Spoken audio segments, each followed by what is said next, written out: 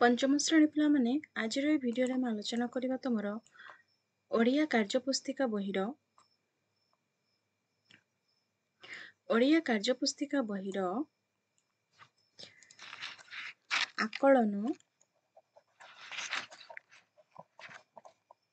आकलन न कार्यफर्द 27, 28 एवं 29 को आलोचना करबा एवं बुझिबा। तो पिला माने चैनल को नुआ आसले चैनल को सब्सक्राइब करनबो एवं वीडियोटी को सांग मानक सहित शेयर कर देबो। तो देखो कार्यफर्द 27 प्रथमे हम करबा कार्यफर्द 27 आकलन न। प्रथम प्रश्न दिया है वाक्यटी को पूरा करबा पई केउ खंड वाक्यटी उपयुक्त ताहा तळ कोठरी रे लेख। वाक्य कौन अच्छी दिने कच्छ राज्यर राजा सही अंचल को डैश अच्छी तो आर सठिक उत्तर कौन हम ख हम कौन लिखिबो शिकार पाई आसिले।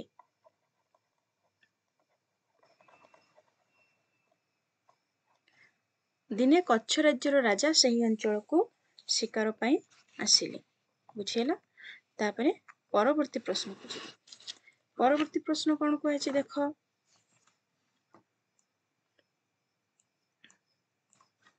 प्रश्न 2 जेउ शब्दटी ठीक ता पाखरे ठीक चिन्ह दियो।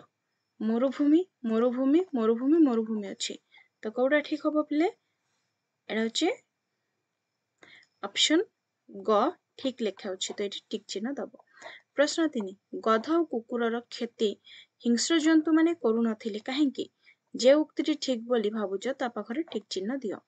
करे अछि एमाने समस्तंकर परिचित थिले खरे एमाने बहुत बळुआ थिले ग एमानक सह सबले रुसी रहउथिले घ एमाने बेले बेले अदृश्य हो जाउथिले। आर सठिक उत्तरटी हबो ऑप्शन क एमाने समस्तंकर परिचित थिले। तापरे प्रश्न 4 रे देखो प्रश्न अछि बंधनी मध्यरु ठीक शब्दटी बाछि शून्य स्थान पूरण कर। से झरणा पानी पी डैश निवारण करुथिले तृषा क्षुधा लोभ कौन हम तृषा। आर सठिक उत्तरटी हबो तृषा एठी लिखि दबो तृषा निवारण करुथिले। प्रश्न 5 से तुम्बी दुईटी रे पानी भरी डैश पिठी रे ओहळै देउथिले गध कुकुर चिता बाघ। आर सठिक उत्तरटी हबो गध एठी लिखि दबो गध। प्रश्न 6 बंधनी मध्यरु उपयुक्त शब्द बाछि शून्य स्थान पूरण कर। किछि बाट गला परे गोटे कुड़िया पाखरे लाला डैश मती अटकी गले ओ किंतु जे एठी लिखिबो ओ लाला ओ मती। किछि बाट गला परे गोटे कुड़िया पाखरे लाला ओ मती अटकी गले। प्रश्न 7 चदर शब्द सह केउ शब्दर संपर्क अछि ता पाखरे टिक चिन्ह दियो। खरा शीत गरम वर्षा को शब्दर अछि ख शीत बुझेला। तापरे परवर्ती प्रश्न को जीवा। परवर्ती प्रश्न कौन अच्छी देख प्रश्न 8 रे दिया है केउटी एक जोड़ी शब्द ता पाखरे टिक चिन्ह दियो। छर छर थर थर टर टर ठर ठर। आर सठिक उत्तरटी हबो ख थर थर। तापरे प्रश्न 9 संदा हेले पक्षी माने बसा को डैश फेरे फेरंती फेरिबा। सठिक उत्तरटी हबो फेरंती एठी लिखि दबो फेरंती। तापरे प्रश्न 10 शब्दटी को सजाड़ी खाली घरे लेख। कमेरण अछि कौन हबो मेकरण मेकरण।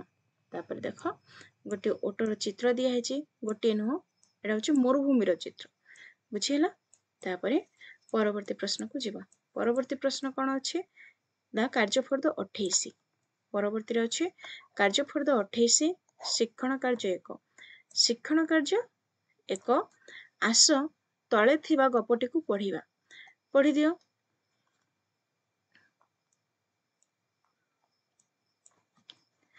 ए वर्ष दीपावली को रामू और दीपा तांको घर को मोहम्मबती रे सजेई थिले। ता परदिन सकाळे तांको बापा घर चारिपटु ओलिया सफा करुथांती। रामू और दीपा चटान रे लागिथिबा मोहम को मध्य छड़ेइबारे व्यस्त थांती। दीपा कौतूहल बसत किछि मोहम गुंड पाखरे थिबा किरोसिनी रे पकेई देला କି ଆଶ୍ଚର୍ଯ୍ୟ! ମହମଗୁଣ୍ଡ ଆସ୍ତେ ଆସ୍ତେ ମିଳେଇବାକୁ ଆରମ୍ଭ କଲା। ସେ ରାମକୁ ଏକଥା କହିଲା। ରାମ କହିଲା, ମହମ ତ ଜଳରେ ଏପରି ମିଳେଇ ଯାଏ ନାହିଁ। ଦି ଜଣ ଏକଥା ବାପାଙ୍କୁ ପଚାରିଲେ। ବାପା କହିଲେ, ମହମ କିରୋସିନରେ ଏପରି ମିଳେଇ ଯାଏ। ତମେ ଲୁଣକୁ ନେଇ ପରୀକ୍ଷା କର। କ'ଣ ଦେଖୁଛ ମତେ କୁହ। ଲୁଣ ଆଣି ଦି ଜଣ କିରୋସିନରେ ପକେଇଲେ। ଫଳ ଓଲଟା ହେଲା। ଲୁଣ କିରୋସିନରେ ମିଳେଇଲା ନାହିଁ। ପାଣି ନେଇ ପରୀକ୍ଷା କଲେ। ଫଳ ପୁରା ଓଲଟା। ଏସବୁ ଘଟଣାରେ ତାଙ୍କର ଆଶ୍ଚର୍ଯ୍ୟର ସୀମା ରହିଲା ନାହିଁ। ବାପା କହିଲେ, ଏମିତି ପରୀକ୍ଷା ନିରୀକ୍ଷା କଲେ ଆମେ ବହୁତ ନୂଆ ନୂଆ କଥା ଜାଣିପାରିବା। ଏହା ହିଁ ତ ବିଜ୍ଞାନ। ତାପରେ ପ୍ରଶ୍ନ କ'ଣ ଅଛି ଦେଖିବା। ଶିକ୍ଷଣ କାର୍ଯ୍ୟ 2। ଶିକ୍ଷଣ କାର୍ଯ୍ୟ 2ରେ ପ୍ରଶ୍ନ ଦିଆଯାଇଛି। ତଳ ଲିଖିତ ପ୍ରଶ୍ନଗୁଡ଼ିକର ଉତ୍ତର ପାଖ କୋଠରୀରେ ଲେଖିବା। କରିଛି, ଦୀପା କେଉଁଥିରେ ମହମ ଗୁଣ୍ଡ ପକେଇଦେଲା? ଉତ୍ତର ଲେଖିବ, ଦୀପା କିରୋସିନିରେ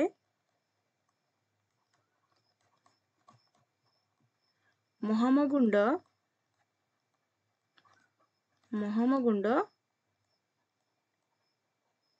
ପକେଇ ଦେଲା। ତାପରେ ଖ, ପାଣିରେ ଲୁଣ କ'ଣ ହୁଏ? ଉତ୍ତର ଲେଖିବ, ପାଣିରେ ଲୁଣ କ'ଣ ହୁଏ? ମିଳେଇ ଯାଏ। ତାପରେ ଗ, ଆମେ ନୂଆ ନୂଆ କଥା ଜାଣିବା ପାଇଁ କ'ଣ କରିବା?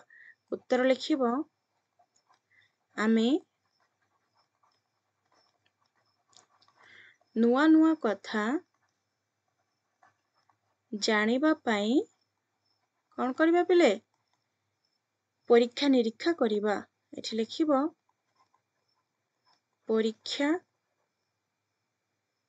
ନିରୀକ୍ଷା କରିବା। ତାପରେ ପରବର୍ତ୍ତୀ ପ୍ରଶ୍ନକୁ ଯିବା। ପରବର୍ତ୍ତୀ ପ୍ରଶ୍ନରେ କ'ଣ ଅଛି ଦେଖ। କାର୍ଯ୍ୟଫର୍ଦ୍ଦ 29। ଶିକ୍ଷଣ କାର୍ଯ୍ୟ 1। ବିଜ୍ଞାନ ସହ ଯେଉଁ ଶବ୍ଦଗୁଡ଼ିକର ସମ୍ପର୍କ ରହିଛି ତାକୁ ତୀର ଚିହ୍ନ ମାରି ସୂଚାଅ। ବିଜ୍ଞାନ କ'ଣ ହବ? ପରୀକ୍ଷା ନିରୀକ୍ଷା। ତାପରେ ଅଛି ଗବେଷଣା। ବିଜ୍ଞାନ ସହିତ ଅଛି ଗବେଷଣା। ତାପରେ ଉଦ୍ଭାବନ କ'ଣ ହବ? ବିଜ୍ଞାନ ସହିତ ହବ। ଭୂତପ୍ରେତ ବିଜ୍ଞାନ ସହିତ ହବ ନାହିଁ। ଆବିଷ୍କାର ବିଜ୍ଞାନ ସହିତ ପିତାମାତା ହବନି। ତାପରେ ଶିକ୍ଷଣ କାର୍ଯ୍ୟ 2। ନିମ୍ନରେ ଚିନି କିପରି ପାଣିରେ ମିଳେଇ ଯାଏ ତାକୁ ପରୀକ୍ଷା କରି ଆମେ ଜାଣିପାରିବା। ପରୀକ୍ଷା କରିବାର କ୍ରମ ଏପଟ ସେପଟ ହୋଇଅଛି। ଆସ କ୍ରମ ଅନୁସାରେ ସଜାଡ଼ିବା। କ'ଣ ସବୁ ଅଛି ଦେଖିବା। କିଛି ଚିନି ଆଣ, ପାତ୍ରଟିଏ ଆଣ, ଚିନି ପକାଅ, ପାତ୍ରରେ ପାଣି ରଖ, ଗୋଟିଏ କାଠି ସାହାଯ୍ୟରେ ତାକୁ ଘାଣ୍ଟ, ଦେଖିବା ପାଣିରେ ଚିନି ମିଳେଇ ଯାଉଛି। ତ ପ୍ରଥମେ କ'ଣ ହବ? ପ୍ରଥମେ ଲେଖିବ, ପାତ୍ରଟିଏ ଆଣ। ଦ୍ୱିତୀୟରେ ହବ କ'ଣ? ପାତ୍ରରେ ପାଣି ରଖ,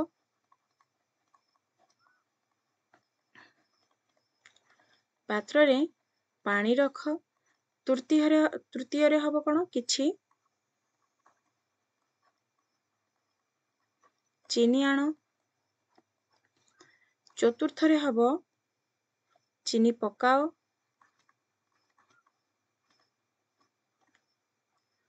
ପଞ୍ଚମରେ ଲେଖିବ, ଗୋଟିଏ କାଠି ସାହାଯ୍ୟରେ ତାକୁ ଘାଣ୍ଟ, ଗୋଟିଏ କାଠି ସାହାଯ୍ୟରେ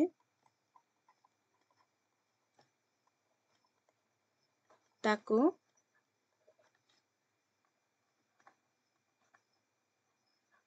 ଘାଣ୍ଟ। ତାପରେ ଲେଖିବ, ଦେଖିବା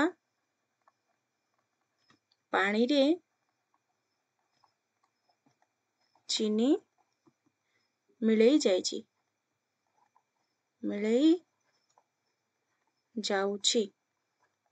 ବୁଝିହେଲା? ତାପରେ